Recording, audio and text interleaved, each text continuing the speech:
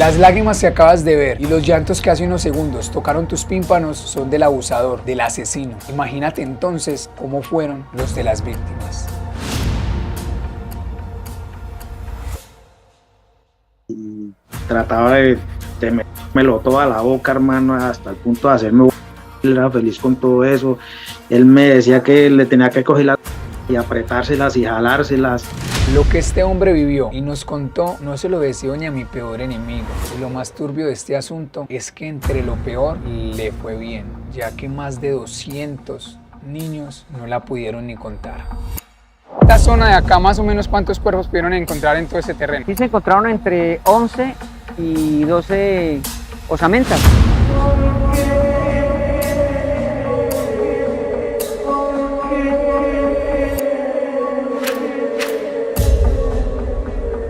La misma pregunta nos hacemos nosotros. ¿Por qué asesinar y matar a más de 200 niños? Pónganse cómodos porque hoy vamos a tratar de responder a esa pregunta y vamos a sumergirnos en los pensamientos más profundos del mayor asesino serial del mundo.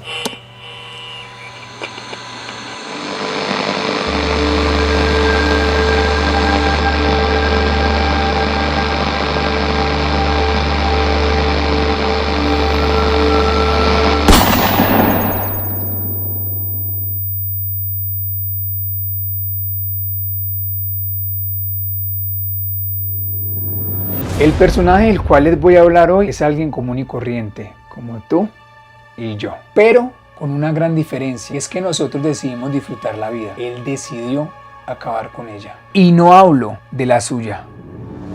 25 de enero de 1957, en el pueblo de Génova, Quindío, nació un niño llamado Luis Alfredo Garavito. Fue el primer hijo de 7 hermanos, o sea, el mayor. Su paso por el colegio fue muy corto, pero difícil, ya que desde temprana edad sufrió demasiado bullying por sus anteojos y porque sus compañeros, al llamarse Garavito, le decían Garabato, lo que causó que llegara solamente hasta quinto de primaria y se saliera de estudiar. En su casa la situación era peor. Su padre golpeaba a su mamá y con él era muy violento, dicho por sus propias palabras. Mi padre llegaba, yo siendo un niño, me daba miedo oírlo hablar y yo me escondía bajo de la cama. Él tenía una correa que nunca se me va a olvidar y esa correa con él nos pegaba duro y nosotros no podíamos, digamos, jugar ni nada, éramos totalmente, no me pude desarrollar como niño, ¿sí me entiende? Y entonces él me gritaba unas palabras muy duras. En su adolescencia vivió lo mismo que en su adultez hizo vivir a más de 200 niños, con la diferencia de que esta vez el abusado fue él. A mis 12 años, creo que ya a los 13 años, fui víctima de violencia por parte del mejor amigo de mi hogar. Un hombre muy religioso. Mucho tiempo después, junto a su familia, se fueron a vivir al Valle del Cauca, donde de nuevo será abusado por alguien más, pero aunque se repite el proceso del abuso, esta vez va a ser muy distinto a la primera, porque quien abusó de él no podrá contarlo. Cuando yo financeo, ¿no?, a través de unos sicarios, y mando a matar a esta persona, y ya perdí yo como que el control, ¿sí me entiende? Al año completico. Garavito empieza a leer libros de magia negra y a tener conexiones muy fuertes con el diablo y la brujería. Llegó hasta un punto en el que hasta su alma la vendió. Veo yo cómo se manejaba la tabla Ouija y empiezo yo a meterme en las profundidades del satanismo y yo vi en esa obsesión que tenía por poder y por dinero, que esa era como una opción muy buena. Y opté por vender el alma al diablo. Y resulta que al yo hacer ese pacto, oigo una voz. En ese momento se corren las cortinas, se me para el pelo y entro en una psicosis y oí una voz que me decía que qué quería. Y yo le dije, quiero poder. Y dijo, ¿me quiere servir? Le dijo, quiero servirle a usted, le vendo mi alma al diablo. Y así fue que yo, en octubre del año 92, estando en la ciudad de Cali, siento que algo se me posesiona y oigo una voz que me indica que me fuera para Jamundí y cometo mi primer homicidio.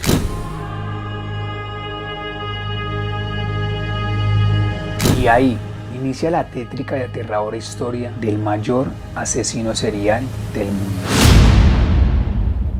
Un hombre que, si lo comparamos con algunos sucesos que han pasado en el mundo, en los cuales se han perdido muchas vidas, las víctimas de Garavito estarían por encima de ese suceso. El 29 de diciembre del 2024, un avión de la aerolínea Jeju Air se estrelló al aterrizar en el aeropuerto internacional de Muan, en el suroeste de Corea del Sur. El vuelo 2216, un Boeing 737, venía desde Bangkok, Tailandia, con 181 personas a bordo. Durante la maniobra de aterrizaje, el avión sufrió una emergencia tras un posible impacto con aves, lo que obligó a un aterrizaje sin el tren de aterrizaje desplegado. La aeronave se salió de la pista, chocó contra un muro y se incendió. En el accidente murieron un total de 179 personas.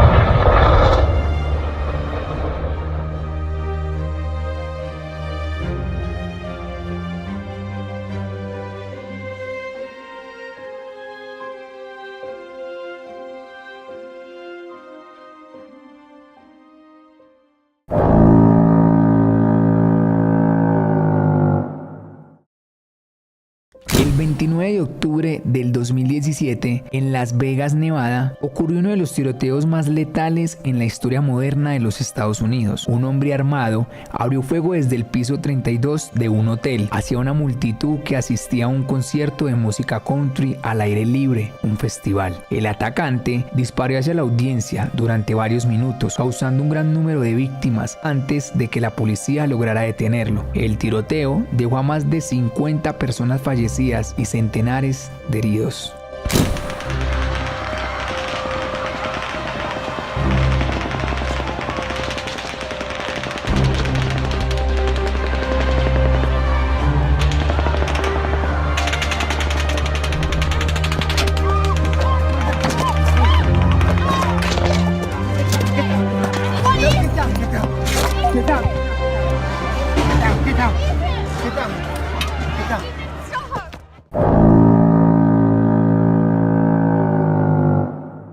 Jeffrey Dahmer fue un asesino en serie estadounidense que cometió sus crímenes entre 1978 y 1901 en Wisconsin, Estados Unidos. Se acercaba a los jóvenes vulnerables y los engañaba para llevarlos a su apartamento, donde los drogaba, los retenía y los asesinaba, con el objetivo de ejercer control total sobre ellos. Después guardaba pertenencias de sus víctimas y partes del cuerpo de ellas para luego con ellas mismas. Durante años no fue detenido debido a errores graves de las autoridades. En total asesinó 17 personas.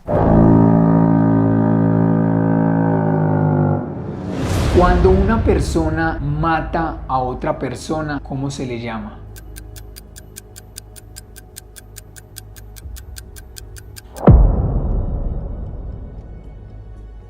Cuando una persona mata a dos personas o a más en el mismo momento, ¿cómo se le llama?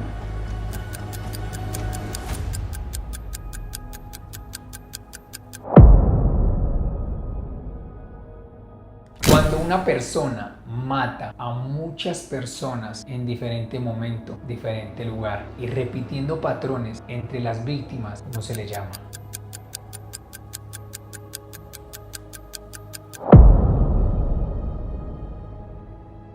Cuando una persona mata a un menor de edad o a dos, ¿cómo se le llama?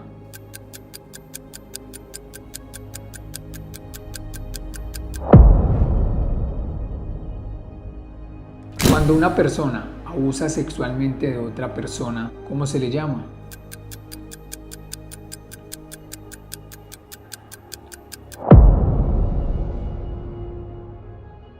Pero entonces, ¿cuál sería la etiqueta para una persona como Luis Alfredo Garavito, quien en vida cometió todas las conductas que les acabo de decir? ¿Qué se te viene a la cabeza? Te voy a dar unos segundos para que lo pienses.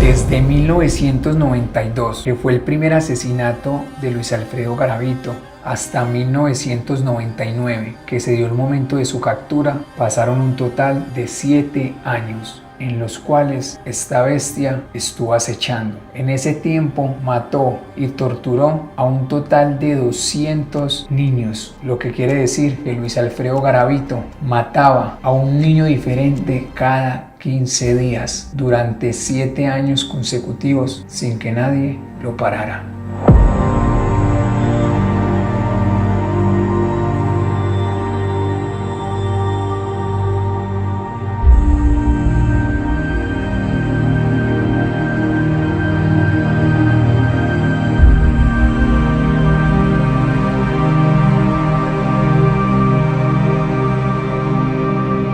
La mayoría de víctimas de Garavito eran niños hombres. Se aprovechaba de su inocencia, sabía cómo, dónde y cuándo atraparlos.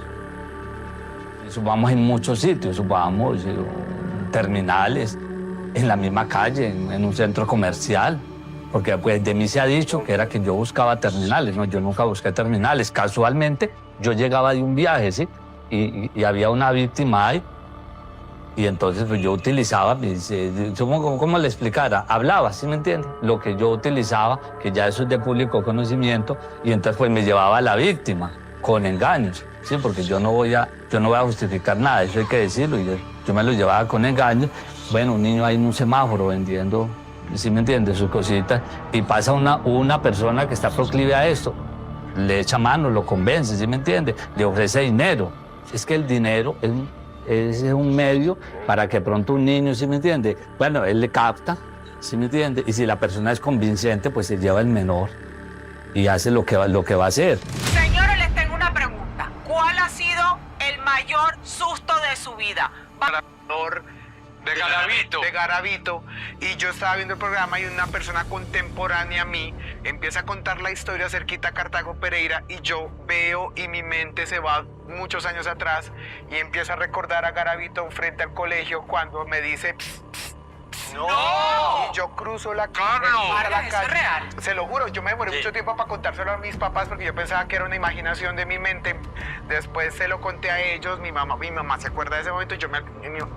Lo bueno fue que mi mamá me decía, no se vaya con la gente, pero yo me fui yendo con él porque él me estaba enredando con que me iban a dar un lobo. Vargas, espérate. Estamos hablando de Garavito. Sí, fue Garavito. Esto no pasó en tu cabeza, esto no pasó en tu imaginación. Muchas veces desde que Garavito salió, yo pensé que era un trauma de mi cabeza o era similar al man, pero cuando ya veo ese documental, mi mamá me dice, pues ellos se acuerdan, pero pues obviamente lo único que puedo decirlo soy yo porque mi hermana no vio el tipo, yo sí, él me fue embolatando. Cuando yo veo que me estaba llevando a una destapada saliendo de Cartago. No, pues, esto no puede ser. Algo me decía, pero él me convencía diciéndome a mí, pero si no me cree, tranquilo, váyase porque yo le creo a usted. Y yo me dejé llevar de eso ya con el susto y yo decido decirle, no, yo le tengo miedo a, no sé, prefiero irme para la casa. Y me fui. Y le cuento a mi mamá y mi mamá me pega. Ay. Porque me dice, ¿cuántas veces te he dicho que no le hagas caso? Todavía te lo dice. Pues perdón. Muchos de los cuerpos de las víctimas de Garavito eran imposibles de reconocer, ya que el 70% de sus víctimas fueron halladas en huesos.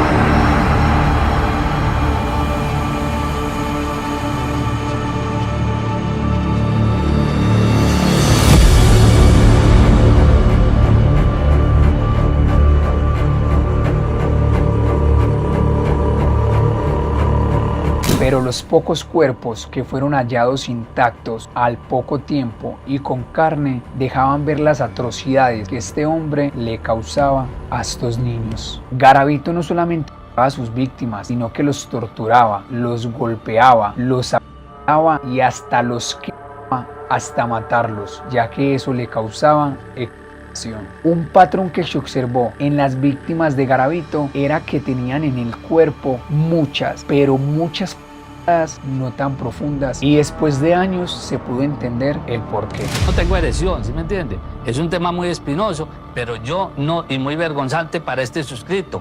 Yo no porque no tengo erección, yo tengo un problema de difusión eréctil. A falta de que tenía problemas de erección y era flácido, tuvo que apoyarse en algo que fuese sólido y que penetrara.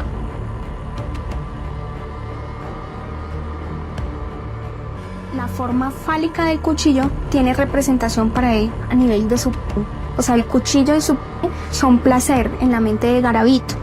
De allí que cuando en el 92 una sola vez a nivel del corazón a sus víctimas ofrecía placer, pero su placer fue pidiendo más requerimientos. Entonces empezó a las manos de la víctima y los glúteos y las partes intercostales bajas a nivel de los riñones, cosa que lo hiciera sufrir pero no lo desangrara del todo.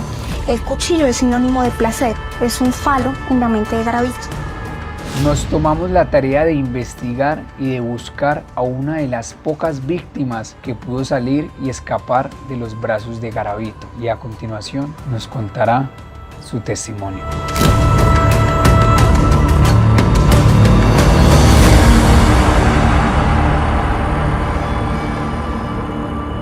Bueno, mi nombre es William Trujillo Mora.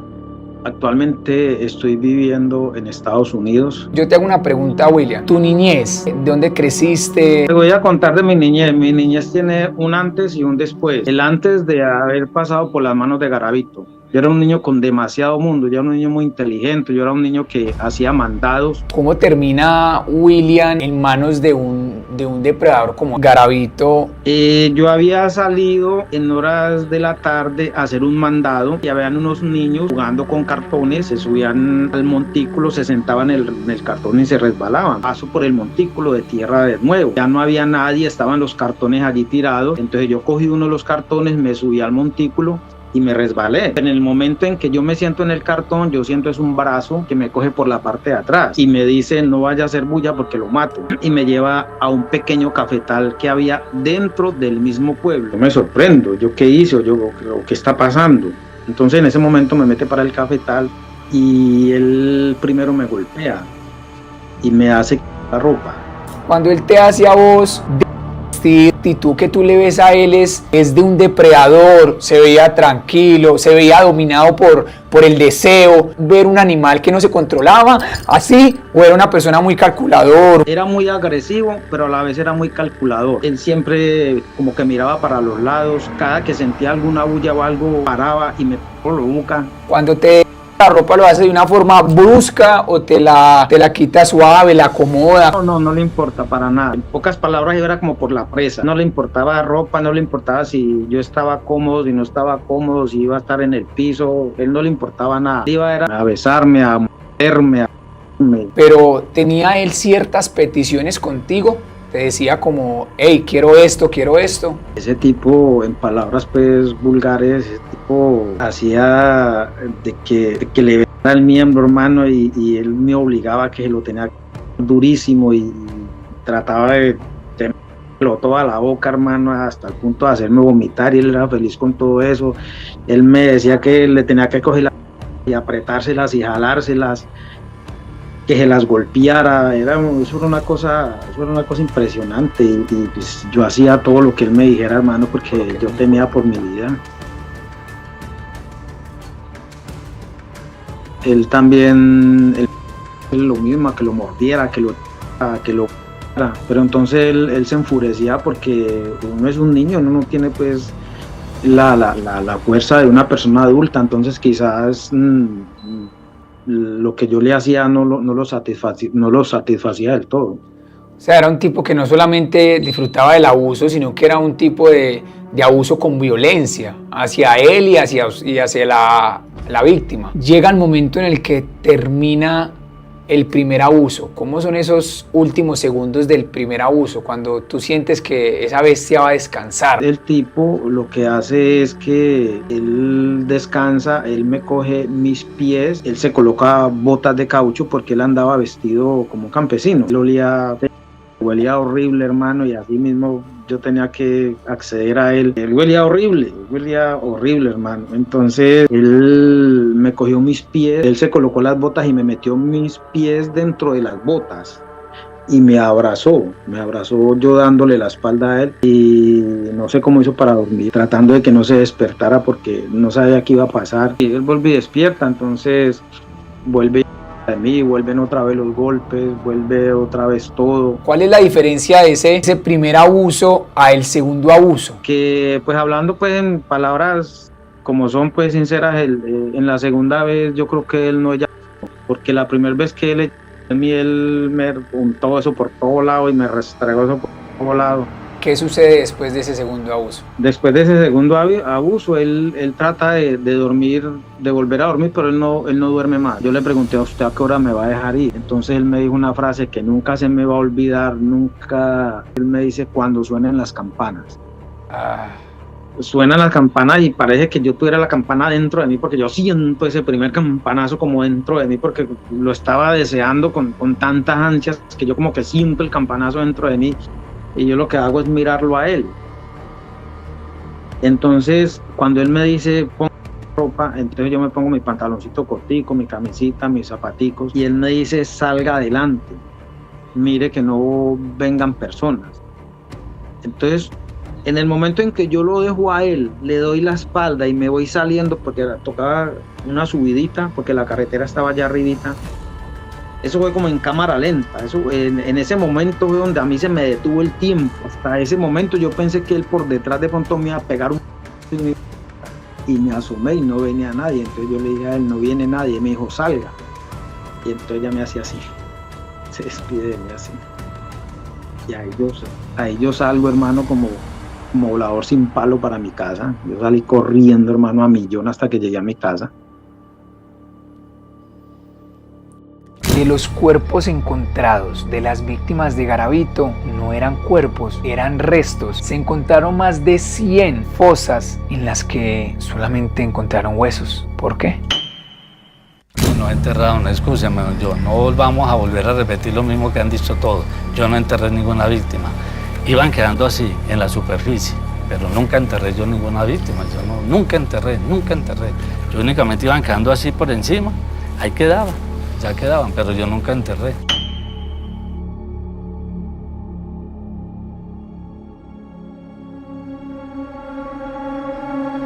En los años 90, era la época en la que se quería capturar a Garavito, era muy difícil, ya que la policía colombiana en esa época tenía una tecnología que no era muy desarrollada. Sin embargo, los investigadores empezaron a ver algunos patrones que empezaron a entrelazarse. Por ejemplo, los cuerpos siempre estaban de la misma forma amarrados y no los enterraban. Así que los investigadores llegaron a la conclusión de que se trataba del mismo asesino, así los casos hubieran sucedido aparte. Viendo más a detalle, se dieron cuenta que todos los cuerpos encontrados en esa época de niños estaban amarrados con los mismos nudos y también con el mismo material, nylon. Además, empezaron a ver detalladamente diferentes casos que no solamente tenían en similitud que habían sido abusados, sino que al lado de los restos, en más de uno encontraron la misma botella de licor. Hasta que un día, a fortuna de los investigadores, aquella bestia que llevaba más de 6 años acechando, cometió un gran error.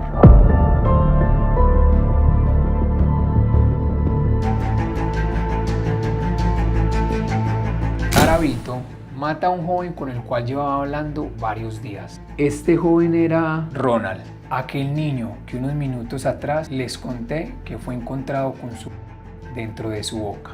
La familia de Ronald, al darse cuenta que no aparecía, empezó su búsqueda. Una tía de Ronald, quien en días pasados había visto hablando el niño con un hombre, quien se averiguó y era Garavito. Rápidamente lo puso como su mayor sospechoso, buscó dónde se estaba quedando y junto a la policía lo fueron a buscar. Llegaron tarde, Garavito ya no estaba, salió huyendo, pero en su afán de irse dejó la cédula y así las autoridades ya tenían el nombre de un presunto asesino de niños. Lo que no sabían los oficiales es que aquel hombre era mucho más inteligente que ellos. Garavito, unos días después de ese suceso, se encontró una cédula por cosas de la vida de un hombre que se parecía a él y así pasó de llamarse Luis Alfredo Garavito a llamarse Bonifacio. Hizo todo lo que podía hacer para parecerse físicamente a aquel hombre que obviamente le estaba robando su identidad y con esa cédula siguió su vida. Varios meses durante los próximos años este tipo fue arrestado por hurto y por peleas callejeras, pero al tener una cédula que no era la de él y sin antecedentes, en unos días lo soltaban. Hasta que un día en Villavicencio arrestaron a Bonifacio por un crimen de bajo nivel.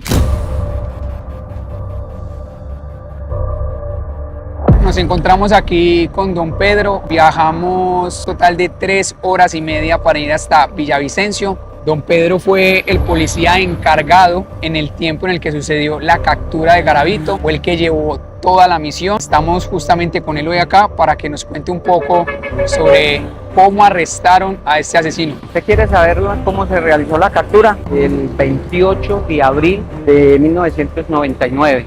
Llamaron a la central como a las 6 de la tarde. La central reportó que un posible 906 en acción, un acceso carnal violento. Y llegamos aquí y ahí estaba el niño que habían intentado violar. El lugar de los hechos es esta mata de monte que está acá, al frente de nosotros. Según el comentario del niño, según el diálogo que se tuvo con el niño en el momento, él manifestó que se encontraba en el Parque Los Centauros. Él vendía lotería y hacía chance. Entonces, para ese momento es abordado por este tipo y le dice que lo acompañe, que haber un ganado que él tenía, que lo acompañara, que es que él no podía caminar muy bien. Según manifiesta el niño, vienen de allá para acá en el taxi, lo trae amenazado con un cuchillo, que lo ponen en el abdomen. Él dice que abrazado, que lo traía intimidándolo. Se bajan, él paga su taxi. Garavito entra el niño para allá. Para allá, pero eso lo tenía aquí a 10 metros. Quiero dejar claro para que ustedes sepan que la historia que nos está narrando don Pedro es el último caso de violación de Garavito por el cual él es arrestado, por él. Mete el niño ahí a la mata de monte, lo empieza a desnudar, lo amarra, empieza a tocarlo. Afortunadamente en ese momento había un menor de edad fumando estupefacientes. Y él empieza a hacerles, ¡hey, que es el chino sano! Sale y le hace bulla, entonces llega la gente y Garavito coge hacia adentro de la mata de monte. El peladito es auxiliado por la gente de aquí. Ahí donde nosotros llegamos, hablo con el niño, me vengo aquí para el lugar de los hechos. Y Garavito. Y Garavito pues perdido. Entonces entramos, a 50 metros había una casa, una finquita, porque esto era una finca. Y ahí había una niña, ella nos dice, por aquí pasó. Ya estando aquí la aglomeración de la gente, les manifesté a las personas, les dije, vámonos de acá, retirémonos de acá, pongámonos en el lugar de él. Si él ve aquí gente, quiere linchar y ve policía, pues él no va a salir. Si ya es aterrador que uno pase una situación de esas, imagínense que sea en un panorama de estos de noche. No era una persona que se escondía mucho, que se iba afuera de la ciudad.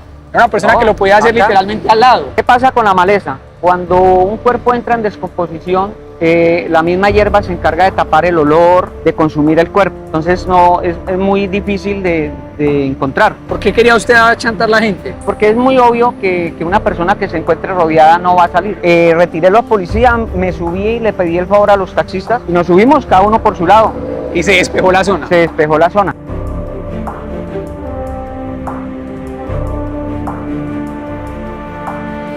¿Se montaban en los taxis como para camuflarse o por qué? Sí, yo le dije a ellos, yo sé que él va a salir. Y efectivamente, el plan que yo hice en ese momento pues resultó. Yo ya alcancé a llegar hasta la 7ª brigada, me devolví. Devolviéndome, el patrullero me marcó, dijo, mi cabo, aquí ya salió, aquí hay un man que la niña lo identifica. Entonces nos vinimos y yo venía con el peladito dijo, sí, ese es. Y exactamente fue ahí, si quiere ingresemos.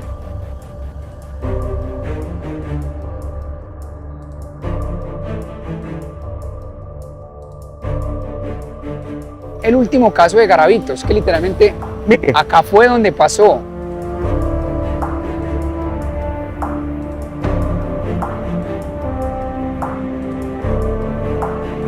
exactamente aquí, vea. No está muy alejado de la avenida. Y el man lo entró acá. El sitio exactamente donde fue. Y él cogió aquí para allá hacia adentro, que es donde quedaba la finca. Aquí puede pasar algo y nadie se da cuenta. ¿Por qué? Por el ruido de los carros, la maleza. Pero usted se acerca hacia Garavito y ¿cómo es la comunicación? ¿Cómo es la reacción de él hacia usted? ¿Cómo fue la captura? Cuando yo me acerco hacia él, él no intentó huir, nada. Se quedó quieto y dijo, ¿qué pasa? Yo le dije, en este momento usted está capturado, intento de actos abusivos con menor de edad y hurto calificado y agravado. Quedó callado. Yo, no, pero usted está equivocado. Y eso me miraba y le decía, mamita, miraba a los niños. El man bien vestido, mamita, mírenme bien, yo no soy. No tenía ni tierra. La niña dijo, sí, es usted. Entonces yo me quedé viéndolo, lo subí al carro y me lo llevé para el CAI. Entonces empecé a mirarlo, tenía muestras en las rodillas de pasto y estaba mojado. Y le dije, bueno, explíqueme usted por qué está así, qué estaba haciendo allá. Yo, no, es que yo vengo de Acacía. No, yo voy para Orizas del Guatiquía. Le dije, ¿y por qué se bajó acá si la buseta va para el centro? Lo deja más cerquita. No, es que a mí me gusta caminar. Identifíquese. Y él se me identificó con una cédula llamada Bonifacio Morera Liscán. Él anduvo todo el tiempo con esa falsa identificación. Bonifacio no tenía ni una denuncia, nada. Estando yo allá en el CAI, llegó el papá del niño, la mamá. Y dije, pero yo cómo amarro a este man, porque le pregunté al niño que qué le había alcanzado a hacer. Le dijo que no, que nada, que solamente lo había amarrado y que lo había tocado. Con ese testimonio no podía usted retenerlo. Sí, no, pues en esa época no es como ahorita, que es muy delicado. Tenía que pasar y me la jugué. Le dije, hablé con el papá y con el niño. Y el niño me dijo, es que yo tenía un billete de lotería, billetes de lotería. No los encontramos. Entonces yo le dije al niño, la única forma de amarrar a este tipo es, vamos a decir, y lo va a meter por hurto calificado y agravado. Usted va a reconocer este billete porque es suyo. Usted va a decir cuando le preguntan, sí fue. Me puse de acuerdo con el papá y el niño y pues hoy en día lo cuento porque pues ya pasaron muchos años. Tenía que suceder esa cosa. ¿Sabes que si usted no lo incrimina de esa forma, Garavito estuviera suelto?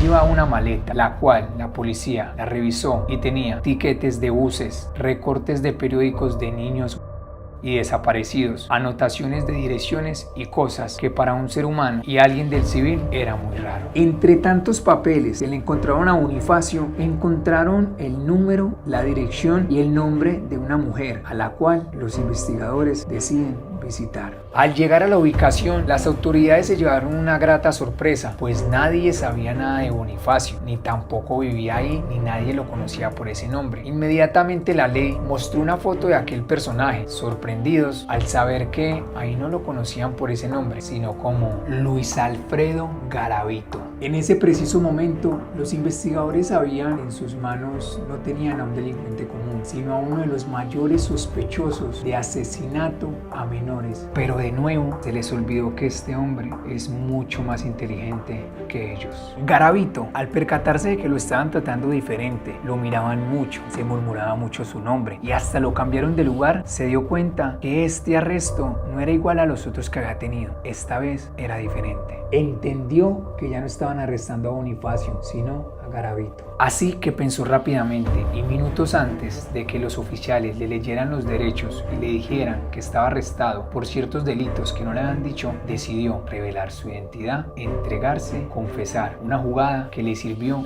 mucho más adelante a la hora de su condena.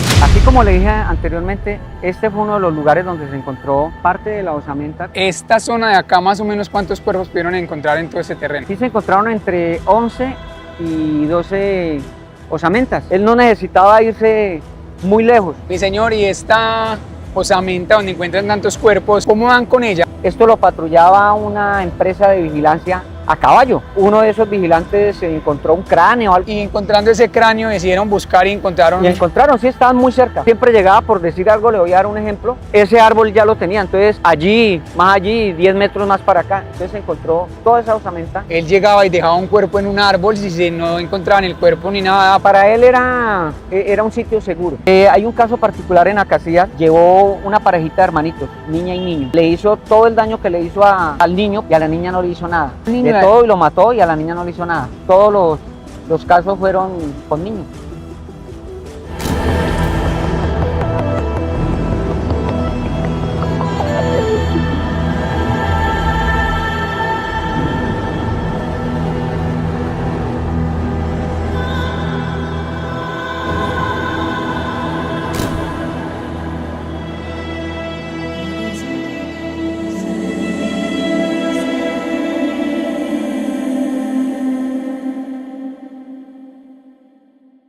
Garavito fue condenado a 1800 años de cárcel. Ahí, en esa condena, le sumaron todos los delitos de aquella época. Pero en los años 90 existía una ley en Colombia que, sin importar la cantidad de delitos que alguien cometiera, la pena máxima que una persona podía cumplir en la cárcel podría ser de 40 años. Sí, gracias a esa ley, a Garavito le descontaron 1760 años. Un poquito. De la partecipazione e convive un video alla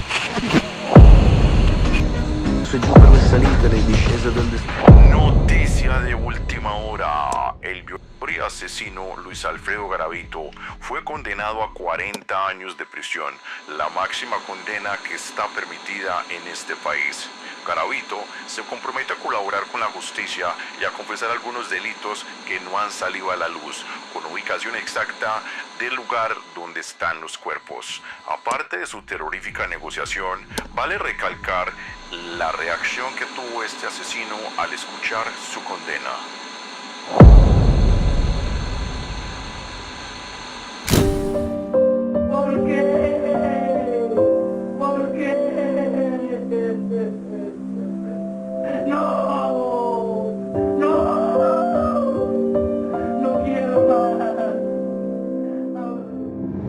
Garavito cumplió su condena en varias cárceles de Colombia, pero sin importar la cárcel en la que estuviera, siempre lo ponían en un patio especial, ya que si lo ponían en un patio normal no duraría ni un solo día con vida. Garavito, aunque estaba preso, era de los delincuentes que más facturaba dentro de una cárcel. Se dice que por una entrevista llegó a cobrar hasta 70 millones de pesos y fueron muchas las que se dio durante su condena. Por buen comportamiento y trabajos que hizo en la cárcel, la condena de Garavito bajó de 40 años a 25. Y justo cuando faltaban tan solo 2 meses para que Garavito saliera de prisión y cumpliera 25 años de su condena, le dio una infección en un ojo, la cual le causó un paro cardiorrespiratorio, y así Garavito, en la cárcel de La Picota, falleció. A propósito de agresores sexuales, falleció el denominado terror de los Andes, Luis Alfredo Garavito. Este y asesino serial de niños murió a causa de un cáncer ocular en su ojo izquierdo. El brutal asesino de más de 140 niños en Colombia.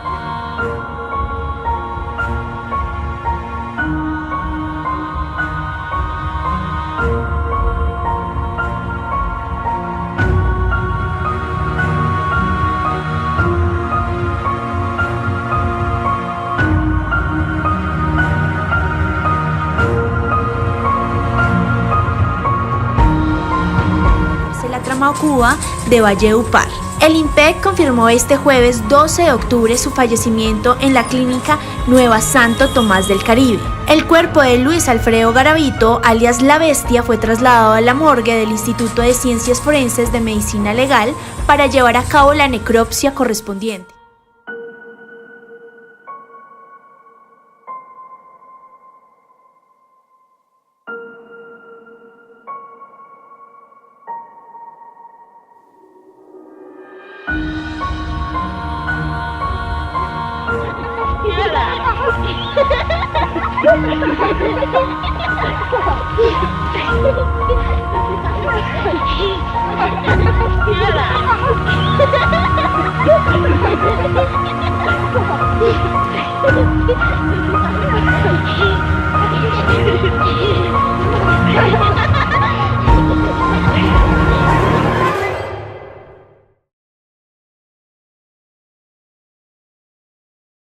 Les presento a Kevin Pinzón, periodista y director de uno de los podcasts más escuchados en Colombia. Hace unos años atrás decidió investigar el caso de Garavito. Se obsesionó tanto con el caso que llegó hasta un punto en el que Garavito lo consideraba su amigo. Al frente de nosotros tenemos a una de las personas que más cercanía tuvo y conversaciones en los últimos años con Garavito. Tanto así que Garavito le dio a Kevin artículos personales para que los cuidara. Y cuando falleció, le dejó algo a Kevin que para él era sagrado, su Biblia.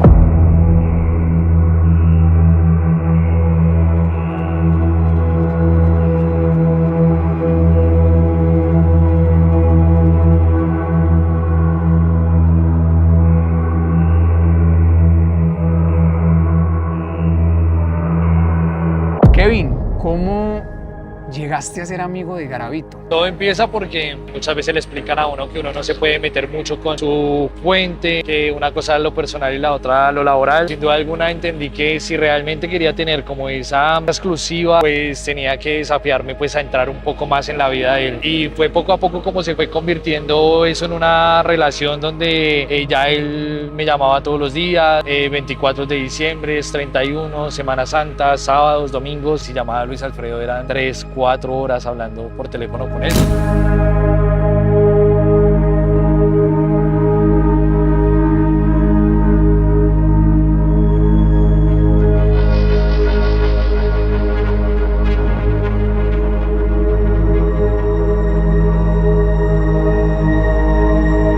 ¿Cuántos años hablaste con Garavito? 4 años, hablando prácticamente todos los días con él. ¿Y vos no crees que de pronto Garavito se pudo enamorar de ti? Pues eso dicen algunos expertos, otros sí dicen que pudo haber más como una amistad que nunca él encontró en otras personas.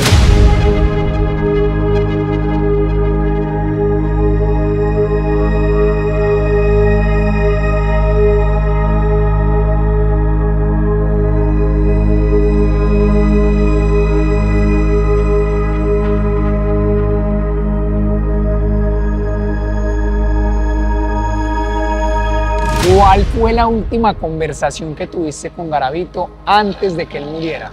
Recuerdo mucho que ya no era una relación tan cordial.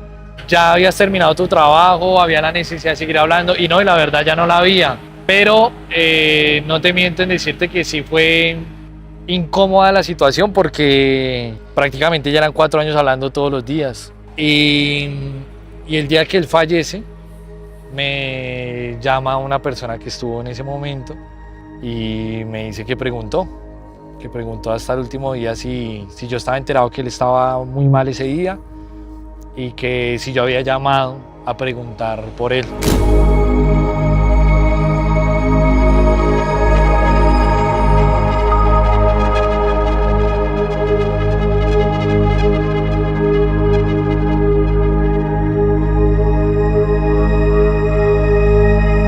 Lo que tienes en las manos, ¿te lo regaló Garavito? Sí, la Biblia me la regaló, estos papeles me los enviaba para demostrarme cosas, me los mandaba desde la cárcel, ahí está firmados por él.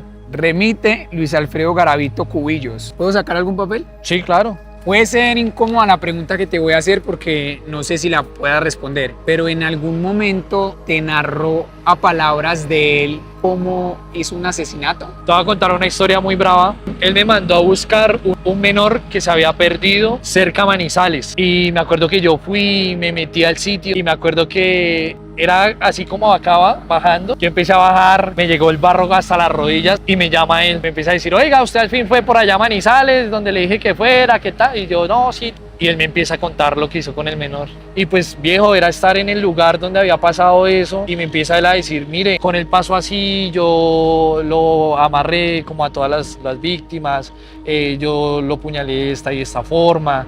Claro, él me empieza a contar todo eso y yo estando ahí. De los que él utilizaba para... Sí. Esa es la letra de él.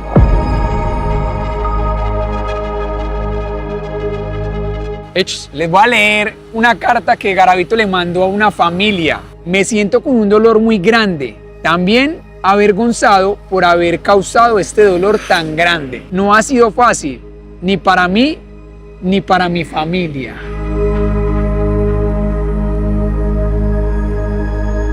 Ey, no ha sido fácil para esa familia.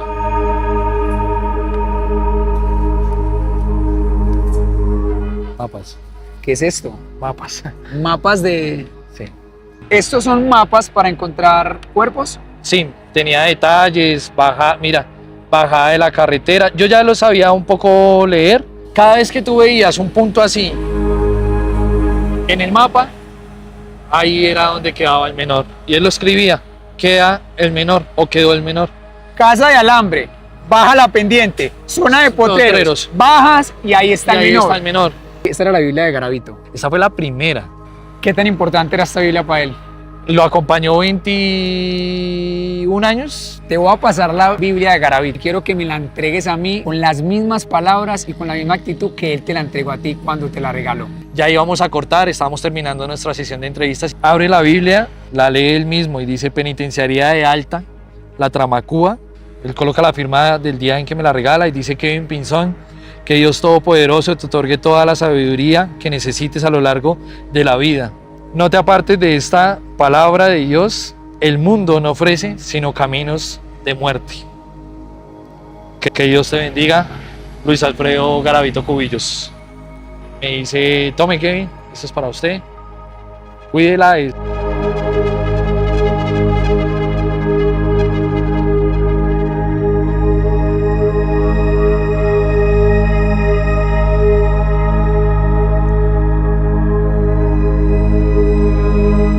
Fue lo que te hace a ti. Eso fue lo que me hace a mí, me sorprendió. ¿Sabes qué? Me llamó mucho la atención el color.